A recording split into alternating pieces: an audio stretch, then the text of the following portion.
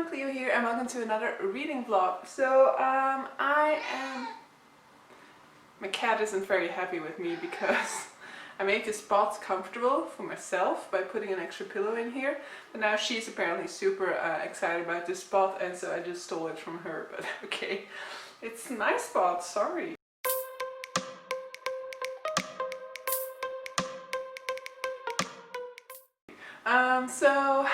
Welcome to another reading vlog. I am hoping to finish 3 books within this week. I'm actually starting this vlog, well, I'm starting talking to you guys in this vlog on Saturday, but I have actually just finished 1 book this morning, but I'm not going to talk about it because it's a BookTube prize book, so I will have a video out shortly after this one in which I'm going to go through all of the 6 finalists for the BookTube prize and my thoughts about all of them, so you can have my thoughts on this book in that one. So now I'm going to actually switch over to Earthlings by Sayaka Murata. This is an arc that I have and it is going to be coming out on the 29th of September in the UK, on the 6th of October in the US. So by the time this vlog goes up, I hopefully have given a full-length review for this book, so that is my book for this weekend, which I'm going to be focusing on once I've updated this vlog, and then hopefully for the remaining 3 days of this vlog, of this month also, I'm going to be able to finish another book because I have now finished 98 books, so if I finish 2 more then I will have 100 and that would be just a nice way to round off my September. So I am a third of the way into Earthlings by Sayaka Murata and I think I could easily DNF this book at this point. I don't DNF easily and I won't do it because it's an arc and because I liked Convenience Store Woman by Sayaka Murata, but this book is making me very uncomfortable and uncomfortable in a bad way. So the premise for this book is very vague. It just talks about how our protagonist Natsuki has like a magic wand and a like transformation mirror or something at her disposal. She's married to an asexual, she has an asexual husband and she doesn't want to comply to society's pressures to get a child. But so far this book has been very different than what that premise kinda implies. So this premise sorta has this sort of magical or sci-fi element to it, but in reality this sort of magic wands and the transformation mirrors are coping mechanisms that Natsuki uses to escape some of the harshness of her reality, because there are so many trigger warnings in this book for any type of abuse against children. So Natsuki, I think she said at the very beginning of this book that she was like 8 years old, could be wrong, could be that she's a little bit older, I'm hoping, but I mean, there's no age at which this is correct in any case, but so she is a young girl and she is exposed to a lot of abuse. She's exposed to verbal and physical abuse from her mother mainly, and then she's also exposed to sexual abuse from her teacher. So none of that is mentioned in the premise, and I feel like it should be mentioned. I feel like you shouldn't be going into this book not knowing that that is what this is about, because it's going to be very, like, it's going to go deep into this. And so at the beginning of this book I was very much enjoying it despite these already like hints of the way in which the mother verbally puts her daughter down.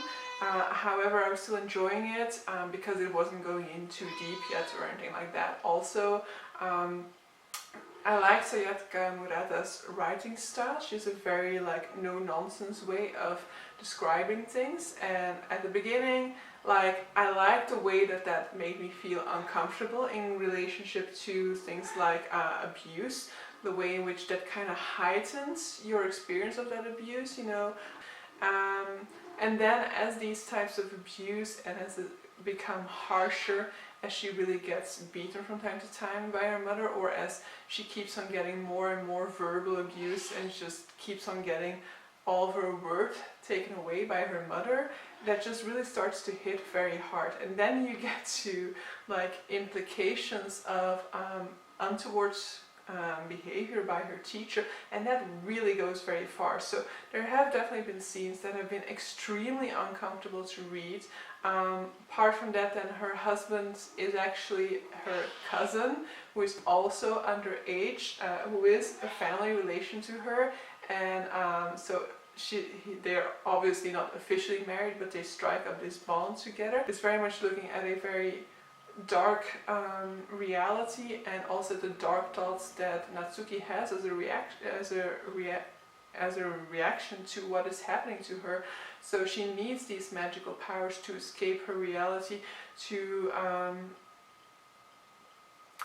kind of transform herself, to transport into another world, and to imagine that another world is out there for her, and that is where she belongs. So it's very uncomfortable to read, and like, I am going to continue with it.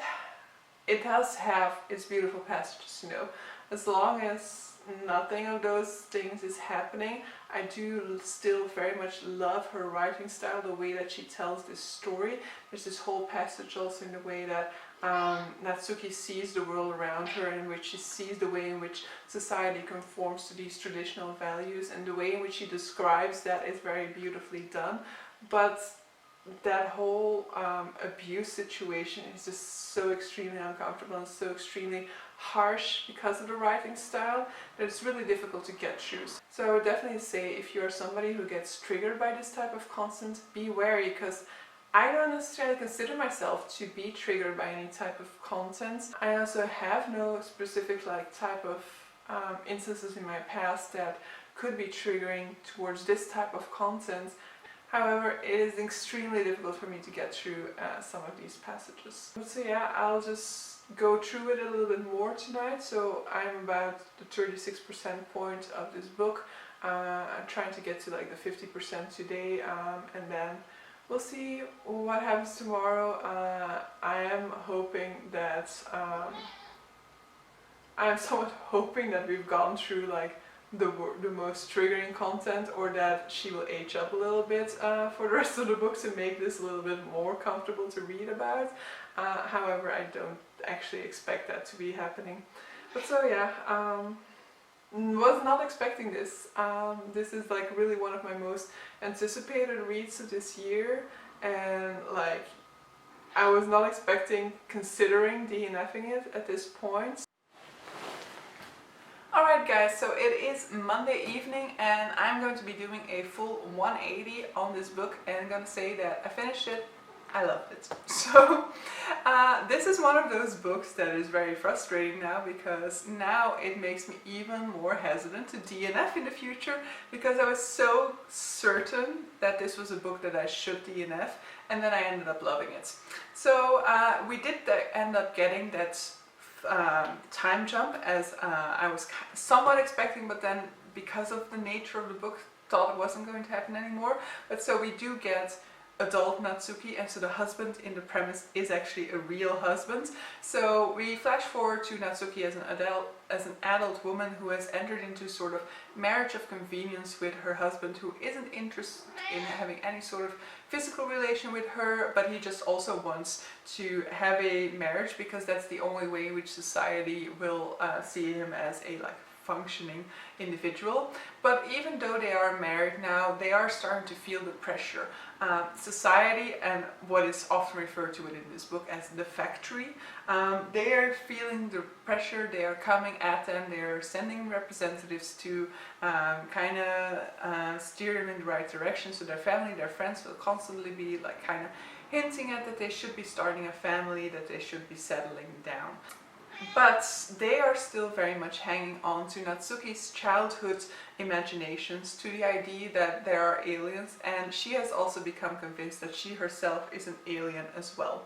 And throughout the rest of this novel we will definitely be exploring that idea of their alien nature, be training their alien nature, and things go very far in a way. This is definitely a book where I can easily understand people disliking it. Even though I had a great experience with the second half of this book, I could easily see how you would continue on with disliking this book, disliking the content in it, because it definitely still has a lot of triggering content in that second part.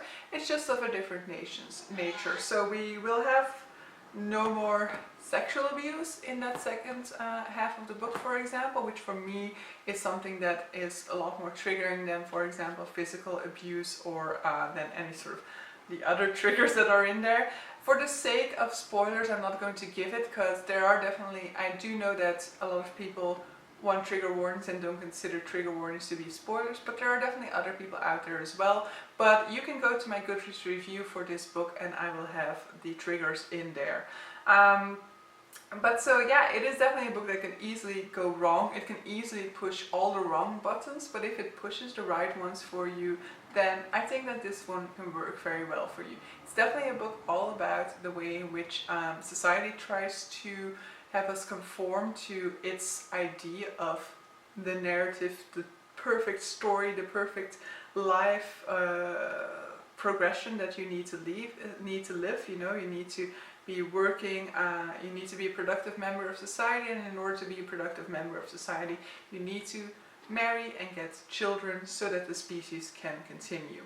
And so it's definitely going to be pushing those things to the extreme, because it's very much a sort of parable that's trying to address this topic, and in order for it to address it fully, it's going to go all the way with that topic. So yeah, I'm gonna have to say that even though it has a lot of triggering content, even though I was so close to DNFing it halfway through, I ended up loving it, and yeah, I cannot guarantee that that will be the same for you.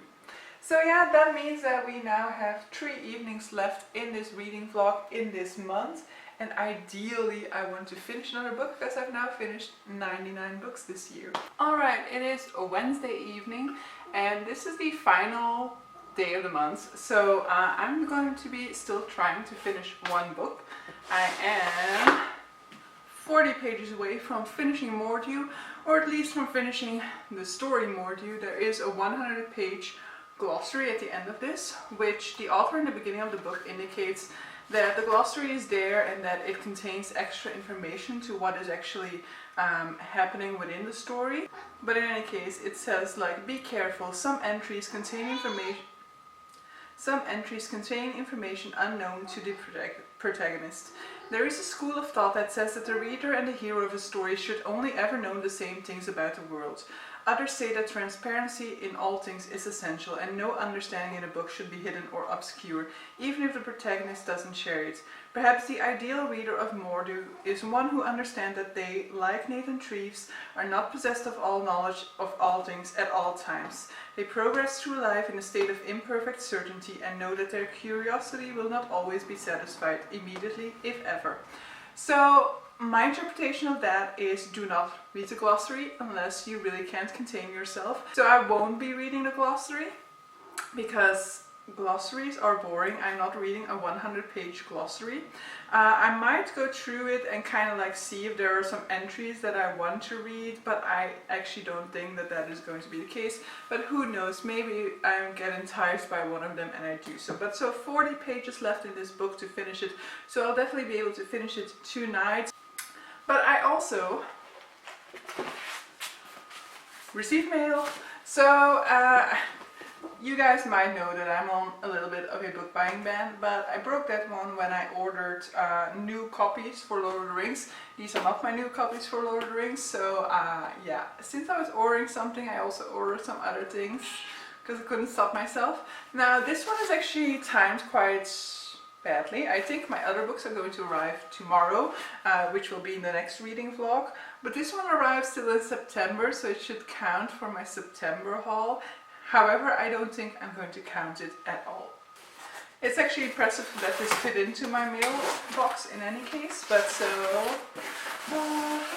it's so gorgeous. Ta-da! So this is Greek Myths. This is a mythology book written by Menzies, who has a booktube channel, which I will link down below. Jean is one of my favorite booktubers. It's one of those few booktubers of which I check out almost every single video. And so she is a classicist, and so she is focusing on Greek society, I think on like law in Greek society. But so this is a like beautifully illustrated Greek mythology book that is kind of an introduction to Greek mythology. I don't necessarily need an introduction to Greek mythology, but I just like having these types of books around to dive into mythology again a little bit more and refresh my understanding of it. So yeah, I'm not going to be considering this as a TBR book because it's going to be one of those books that I pick up occasionally and read a story or a couple of stories from, check out a couple of pages, but I won't ever be reading this from start to finish, so that's why this one will not be counting for my physical TBR, and that's a little bit of a loophole that I inserted for my own library there.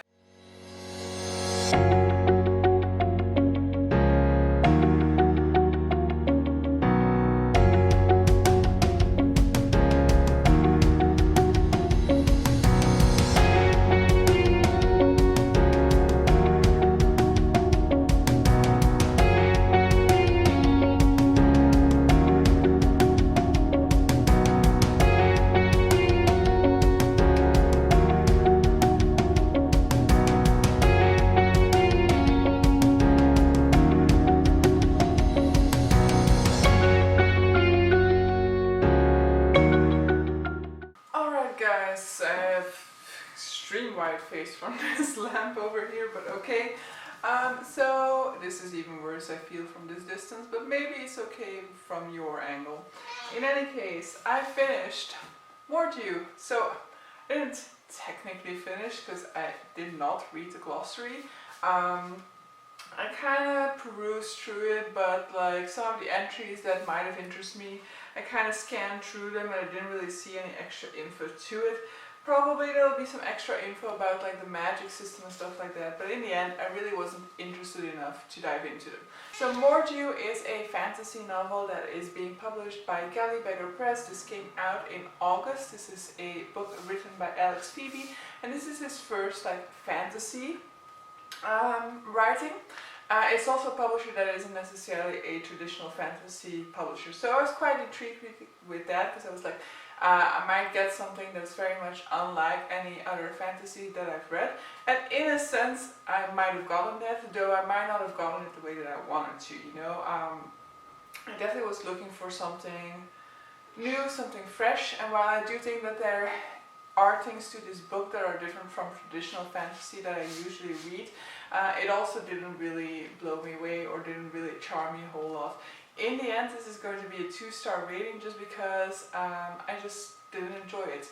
So in Mordew, we are following our protagonist called Nathan, who is a boy who grew up in the slums. His father is very ill at the beginning of this book, and he is kind of struggling by trying to find these sort of like living forms within the living mud in order to sell them for money so that he can buy medicine for his father. Yeah, there was just something about it that didn't work for me, you know. In principle, I liked the gruesome world, the nitty-gritty stuff at the very beginning. I liked the way that if he used his spark, then he would feel pain, and he was kind of starting to disappear because of the use of his spark. But yeah, there's just a lot of things happening in this book that aren't very clear to me yet, and I just couldn't get through it in like a sort of like fast way, you know. If I read like 10 pages, it would feel like a chore to get through 10 pages at a time. And I definitely had times in which I went through more in a single day, and it actually felt easier whenever I would get through more. And I don't know whether that's just because those passages were more interesting to me or because I got to a certain pace at those times.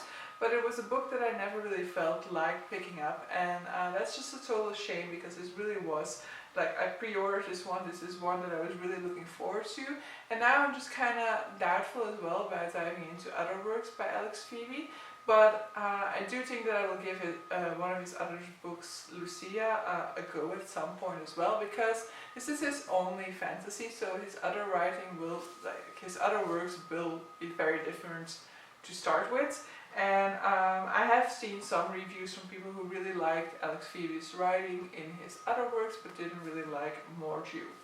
So yeah, sadly that one is a little bit of damper, very sad as well, because that is actually my 100 book that I finished this year. But so yeah, still very happy for having finished 100 books by the end of September at this point. It's very strange to imagine that I could like get to like 130 books or something like that maybe by the end of the year. It's just crazy to imagine. Like I set myself a goal of 52 books this year, and I knew that I was probably going to get that pretty easily, because last year I got to like 58 or something without too much of an effort being put in. But still, it's just extremely crazy to imagine that I'm going to go more than double of that without breaking a sweat, more or less. But so yeah, that's going to be it for this reading vlog. I hope you enjoyed it, and definitely let me know down below if you have any ideas about what you saw in this video, the books that I read. And then see you guys for the next one. Bye!